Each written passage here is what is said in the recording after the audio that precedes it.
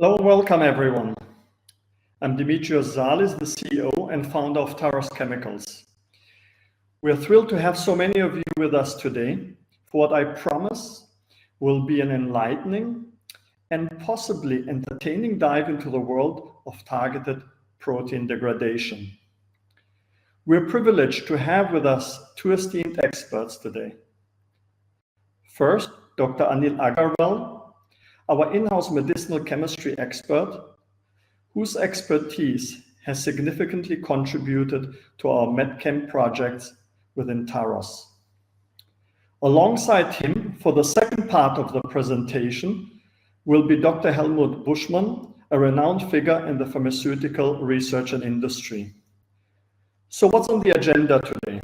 First up, a whirlwind history of TPDs. Think of it as a time travel through science, showing us how far we have come in 20 years and the exciting places we are headed. Then we'll delve into the competitive landscape of TPDs, exploring the strategic movements within the industry, from lucrative deals to significant mergers and acquisitions.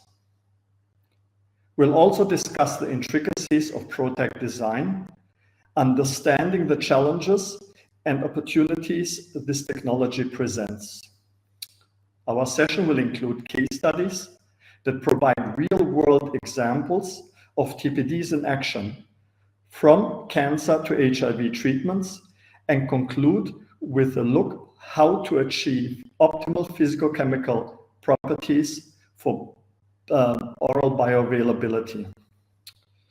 We are set for a thought-provoking session, so let's dive in and explore the exciting world of the targeted protein degradations. Anil, stage is yours.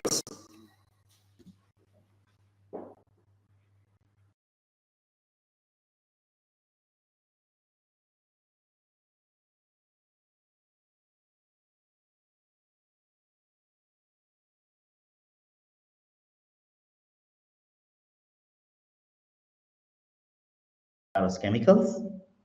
And as Dimitrios just said, today we're going to talk about targeted protein degradation, which obviously doesn't need any introduction. It has been the hot topic in the market for the last few years. And we're going to today look at, from a medicinal chemistry perspective, what's the hidden treasure there, what was the past, what is present look like, and how it's going to be the future. Outline of my talk today will be, obviously, as Dimitrios has already explained, we're going to look into the history of targeted protein degradations. We'll look at competitive landscape, try to understand the critical factors in PROTAC design, which is part one of the talk today, look at some case studies and see how we can achieve oral PROTACs. To start with, I thought I can give a comparison with a small molecule drug discovery. Small molecule drug discovery, as we all know, is about finding new medications based on the knowledge of a biological target. For example, on the left of the screen, you can see a structure of a protein, and you can see a small inhibitor bound with that protein. So what it tells us is about finding a small molecule inhibitor. It's something like finding a right key for a lock. For that, what you need the structure of a protein or target enzyme. You need to have a binding cavity, and that's how you can find a small molecule inhibitor. However, small molecule inhibitors, although there are lots of successful drugs in the market, it suffers from lots of difficulties. To name a few, I've noted here on the right-hand side of the screen, as you can see, potency is one of the criteria for small molecule inhibitors. You need to have really high potent compound for a good efficacy, because these small molecule inhibitors compete with the high concentration of substrates present in the environment. So you need to have a really high potent compound to do its action. Similarly, selectivity is another issue, because as you can imagine, if you take example kinases, there are more than 518 kinases, which all look similar when it considers the ATP binding pocket. So when you want to find a selective inhibitor of kinase, it becomes challenging. Again, mutations also do occur, so that makes life even difficult. Similarly, drug resistance. Whenever a small molecule inhibitor is developed, drug resistance comes immediately in few months' time. For example, in the case of oncology, you see target protein overexpression a lot. And again, to add on the difficulties, from our proteome, we know that 80 to 85% of the proteomes are undruggable. That means we don't know the structure of those targets, we don't know the active site of those. So that becomes really difficult to develop small molecule inhibitors. And again, it can only address the enzymatic functions of protein. The non-enzymatic functions are not covered. And again, the off-target effects is also paramount because the targets which are only inhibited, they are not destroyed and they get accumulated, causing toxicity. So if small molecules have these many difficulties, how can we develop drugs to treat patients for unmet medical need? This is where the today's topic, targeted protein degradation, comes to rescue. However, this targeted protein degradation topic is not very new. Although the concept was there in early 90s, but it came into highlight when the Nobel Prize in Chemistry was given in 2004 for the discovery of ubiquitin proteasome system. So let's try to understand, for those who are new to this field, what is this ubiquitin proteasome system. So on the right hand side of the cartoon, as you can see, ubiquitin proteasome system, if I call it UPS, it's nothing but a waste disposal system of our own body. So in our body, whenever there's a protein which has to be degraded, or if there are faulty enzymes which body wants to get rid of, it tags the protein with a small unit of protein called ubiquitin, as you can see in the yellow color structure on the right cartoon. So once a protein which has to be degraded get tagged with ubiquitin, it goes through the proteasome and it gets degraded. That means it gets broken down into small amino acids and that gets recycled. So this is a UPS degradation pathway, how it works. Now, if we were to use this nice mechanism of body's own waste disposal system to degrade specific proteins of interest, then how can we do that? That's where the targeted protein degradation comes into picture. Could we target the degradation of proteins of our interest? And yes, that is possible if we can hijack the ubiquitin proteasome system in our body. So in this cartoon on this slide, you can see on the top, it shows if there's an endogenous target, it gets degraded by the natural or the mechanism of UPS system. However, there are two different ways scientists have developed where you can degrade the proteins which we want to degrade is via either PROTACs or molecular glues. So these two both are degraders. Both they help in degrading the proteins of interest and they work by different mechanisms. Today, we're going to try to understand about PROTACs, and next week in this webinar's part 2, we're going to understand more about molecular glues. So for those who are new to PROTAC, just like to give a definition and a little bit of explanation about PROTAC.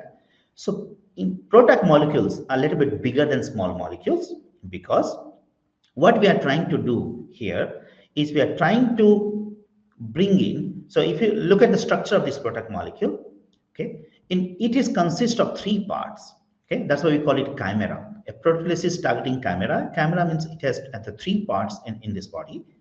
On the left hand side, we have a protein ligand, which is just like a small molecule inhibitor, which has to bind to the protein of interest. On the right hand side, we have a ligase ligand that binds to an E3 ligand, and these 2 parts are connected with a linker. Altogether, this is called a PROTAC. Now let's try to understand how it works so that we understand why do we need these 3 parts. Okay. So as you can see in the next slide, on the left hand side, if you see on the cyan color, POI mark, so this is a protein of interest. If we want to degrade a faulty protein of interest in our body, obviously, if we can recruit this ubiquitin system, it can be degraded. But how do we do that? Because we have to bring the protein of interest, as we saw in the left hand side, the blue color, in proximity with this E3, E2 ubiquitin complex. Unless those 2 big larger proteins are in proximity or close to each other, ubiquitin will not be transferred or tagged with that protein. So what we do here, we use the help of PROTAC. As I've just seen, the PROTAC molecules are basically are heterobifunctional molecules, which consists of one side protein of interest, ligand, other side ligand for the E3. So as you can see in the middle portion, when a protein of interest and E3 ligand both come in proximity due to PROTAC. The ubiquitin get transferred to the protein of interest, which is in blue color. And once few molecules of ubiquitin is transferred to the protein of interest, which is called polyubiquitination, this protein goes to the proteasome for degradation.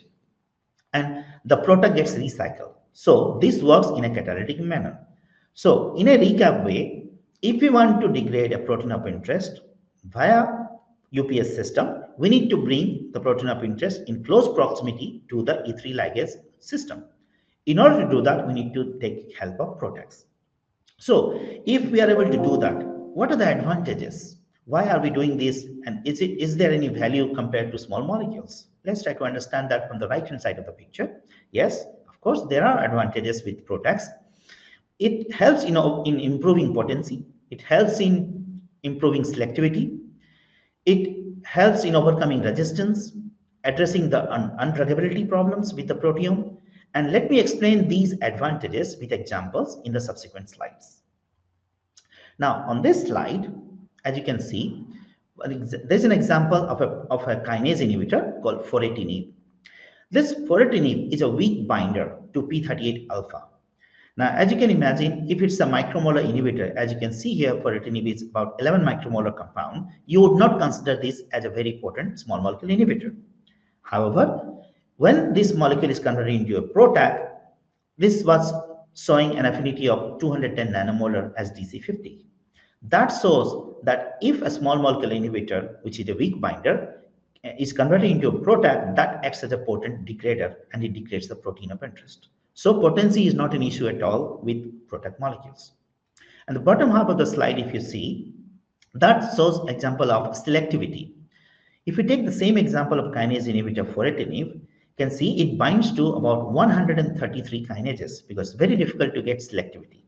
However, if a PROTAC BETs degrader of foretinib, it only affects less than 10 proteins. So that shows if a small molecule inhibitor is converted into PROTAC, that can take care of selectivity as well. Now, if we look further, we know that resistance mechanism in tumors is one of the biggest challenge. What happens here is the targeted protein gets overexpressed over the period of time. If you look at the top right cartoon there, you can see if the treatment with lapatinib, a kinase inhibitor, that after 4 hours, this drug becomes almost ineffective. You can see after 4 hours, 24 hours, 48 hours, and 72 hours, the protein is coming back and is not degraded and not inhibited anymore. However, when we use PROTAC, you can see over the period of 72 hours, the protein is completely degraded. That says that the resistance mechanism is taken care and the target protein is not overexpressed.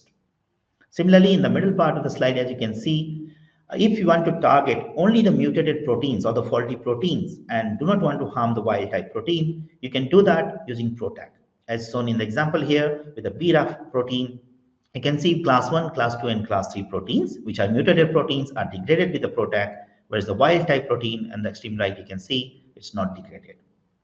Again, another biggest advantage with the PROTAC is that it can degrade undruggable targets. Because for most of the undruggable targets, they do not have active sites. So even if there are proteins where there are allosteric sites, which are much shallow cavity, they don't need tight binders or a much potent inhibitor, you can still target those. For example, here given is the BCR-ABL and CABL. You can see the PROTACs can still degrade these molecules even if the inhibitors are binding at the allosteric sites. So with these examples, I hope I was able to explain the advantages of PROTACs. Now let's look at the opportunities and challenges. So at one point we just discussed that there are small molecule inhibitors and which there are many of those examples as oral drugs. They follow classical Lipinski's rule of 5 for the oral drug, which is listed here as you can see with molecular weight less than 500, CLOP less than 5, hydrogen bond donor acceptors and rotatable bonds within the limit of Lipinski's rule of 5. However, they suffer from challenges of drug resistance, undruggable target, toxicity, selectivity, and dose. On the other hand, we also discussed about PROTAC degraders, and we just seen that there are lots of advantages. All those challenges with small molecules can be overcome by PROTAC degraders. However, the PROTACs, obviously, the size is much larger than small molecules. So there comes the disadvantages. So disadvantages in the sense We cannot really put them into a classical, rule of five with Lipinski. But is there a possibility? Can we still develop interesting product molecules? And the answer is yes. But in order to do that, one thing is about design, which we're going to cover in subsequent slide as well. But there are more important questions we have to ask when we talk about product. So it's not only design. Once we design the product molecule, we have to make sure and ask few questions. For example, is my target degraded? When you have got the product, and then whether it's going inside the cell and is degrading your target of interest or not. The next question comes, is my product cell permeable? Because they are larger in size, are they able to permeate through the cell membrane? And even if it does, is it going to form a ternary complex? Means at the same time, this product molecule is it able to bind to the protein of interest and the E3 ligase of interest or not? And even if it does that, we have to see that when the product molecule brings the target protein and the UBE3 in close proximity, is ubiquitination happening or not? Because again, there's no guarantee. And after that, finally, we have to also ascertain that the target is degraded and the disease, the therapeutic area which we are targeting is also taken care of. Now, these are the questions we need to ask with our various biological data. But in order to design the product molecule, which is the first critical factor, we have to look into identifying the precise exit factor. We have to select a suitable E3 ligase ligand. We have to devise an appropriate linker. And obviously, we have to sort out or optimize solubility and absorption for oral route of administration. Now, let's start looking at the E3 ligase ligands. I'm sure there's enormous, huge number of literatures available literatures available on E3 ligases. And as you know, there are more than 600 E3 ligases to choose from. However, there are few of these which has been used frequently, and these have become more successful. As many of us know that this journey started when there are 4 important E3 ligases have been used. There are IAP ligands, there's MDM2, VHL, and cerebron. However, these were the starting points, and there are many different versions of these E3 ligases have evolved over the period of time. And more recently, there are lots of new E3 ligases have been added, which have become really successful in developing various products. For example, there are decaf. Again, there are different decafs. There are keep ligand. There's obviously RNF ligands. So all these E3 ligases are evolving, and not only the particular type of E3 ligands, it's also important that what sort of attachment points we have on these ligases. For example, if you look at just the one E3 ligand as a VHL, shown in the central circle here, you can see there could be different points of attachment of linkers to this VHL ligand. And based on the target you're working, based on which protein target you want to degrade, and where you want to take it for degradation, you have to choose a particular site of attachment. So these things are really important, and this is where the medicinal chemist will come into picture and to a rescue when in deciding which the exit vectors you need to choose, which point of attachment you need to choose, which type of linkers you need to choose. So having said that, looks like it's definitely one of the most difficult thing to do, but has someone done that? Yes. As you can see in this timeline slide here, although the journey of products started with much bulkier peptidic degraders, very soon people started working on the small molecule products, and using cerebron and VHL was the initial stages. And the more interest in this field started coming in 2019 when Arvinus disclosed the structure of this prostate cancer inhibitor called androgen receptor antagonist as ARV-110. So ARV-110 is a PROTAC degrader for androgen receptor targeting prostate cancer. And the structure is shown on the top left of the graph. And similarly, in the same year, they have also announced another PROTAC, ARV-471, for estrogen receptor for breast cancer. This started the journey, and once they have shown good clinical result or proof of concept with these degraders, there are lots of companies started working and shown the structures of molecules in the clinical trials. As you can see with Nurix for BTK, for Chimera for IRAK4, and Dialectic for BCL-XL. So this has not stopped here. And as now we can see in the competitive landscape slide that there are more than a dozen compounds which are or these product degraders, which are in the various stages of clinical development. And you can see, because I'm not going to read out all of them, but what it shows, the hidden treasure here, is the big pharma companies. For example, Pfizer, Bayer, Sanofi, BMS, and Merck. These companies, they're always looking out for opportunities wherein if there are small biotechs companies who have these assets, if you call it, if they have a product degraders which shows proof of concept, they are willing to spend money. They are willing to spend millions and billions of dollars to acquire those. And to help those small biotechs, there are CROs like us who would help you to design those product molecules so that they can do their job. Now, if we look into some case studies that can we design product molecules using the structure-based knowledge that we have, can we improve the oral properties of these molecules? Let me take you through a few case studies. And for the first case studies, I thought to select this compound, the first product degrader reported in literature as an oral product degrader, which is ARV-110. On the left-hand side, if you see this, the journey, how it started, the scientists started recruiting various E3 ligands, and they chose finally VHL ligand as one of the most interesting one for their design part. They used multiple AR binders, androgen receptor binders, and they selected enzalutamide, which is one of the most successful AR antagonist. So the first molecule on the top right, as you can see, this is compound number 13, which is showing very good degradation profile against androgen receptor. However, this molecule failed to show any oral bioavailability. So they realized obviously this molecule has a much larger size. So they reduced that, they changed the E3 ligase ligand to lenalidomide, which is a cerebron-based ligand. When they changed that to molecule 14, they started seeing encouraging bioavailability. And obviously there's a potent degradation. However, as you can see, the linker in the middle is much alkyl based, so they have started showing high clearance. So then next they started optimizing the linkers, and from flexible linker in 15 to when they went to the much rigid linker and shorter linker as in 16, they started to see much effective effect. So they started seeing good degradation, they started to see oral bioavailability, and so on and so forth.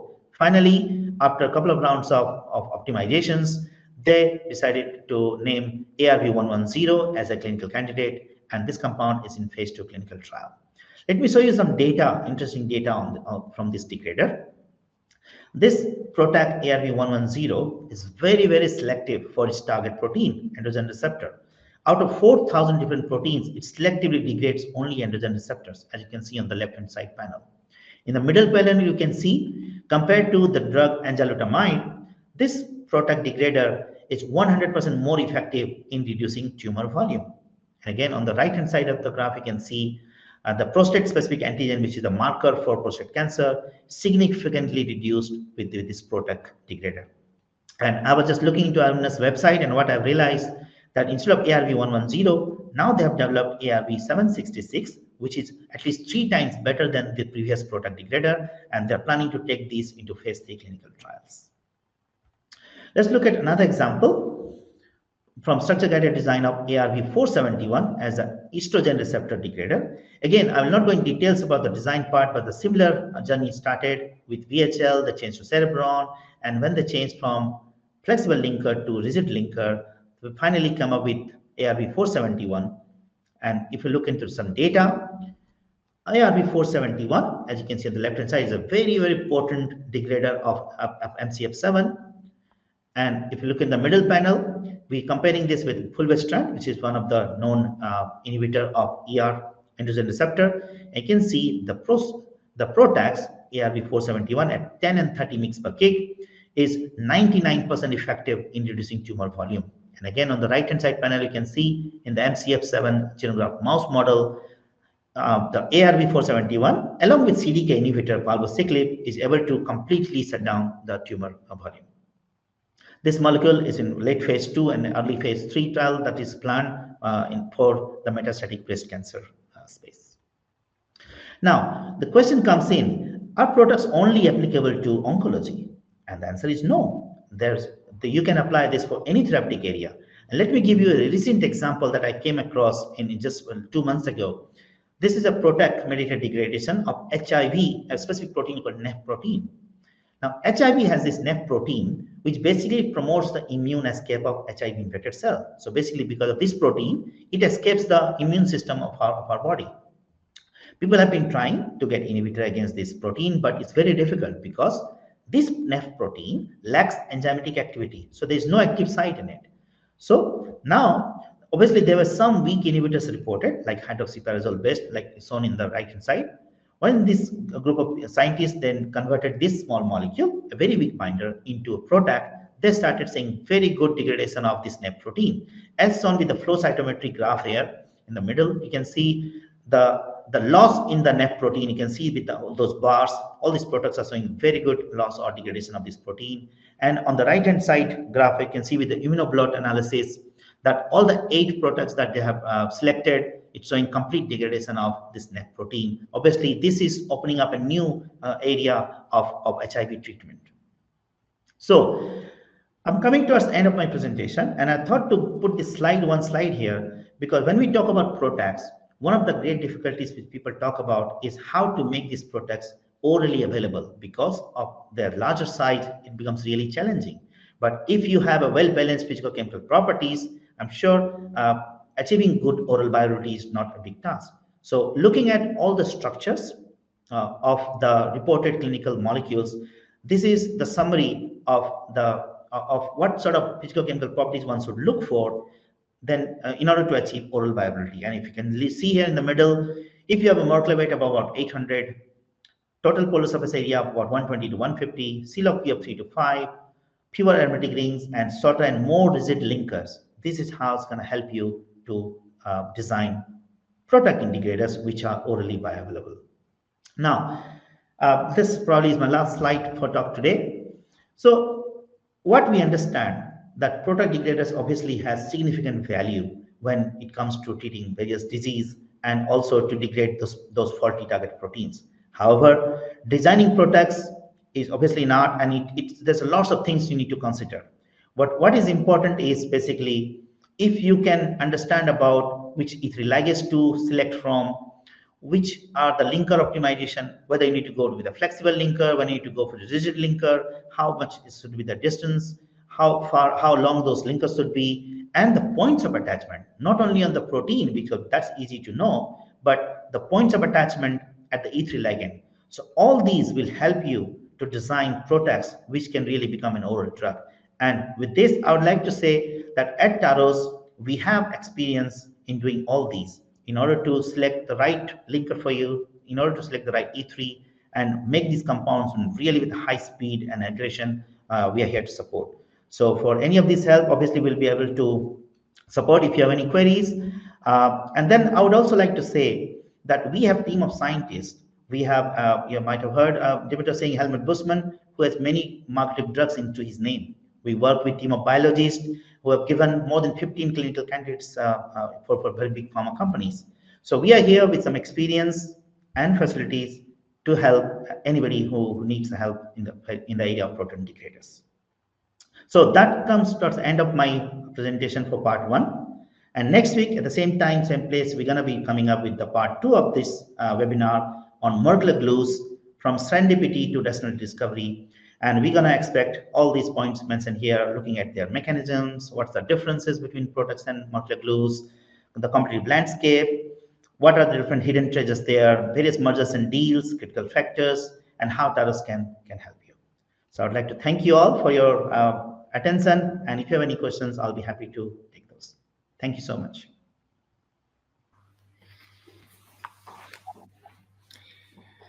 So if you enjoyed the presentation today, I would like to invite you for the part 2 presentation with Dr. Helmut Buschmann next week on the 14th of May. So please join us there, and looking forward to seeing you there. Bye for now, and as we mentioned, we'll be happy to answer any question on the live chat.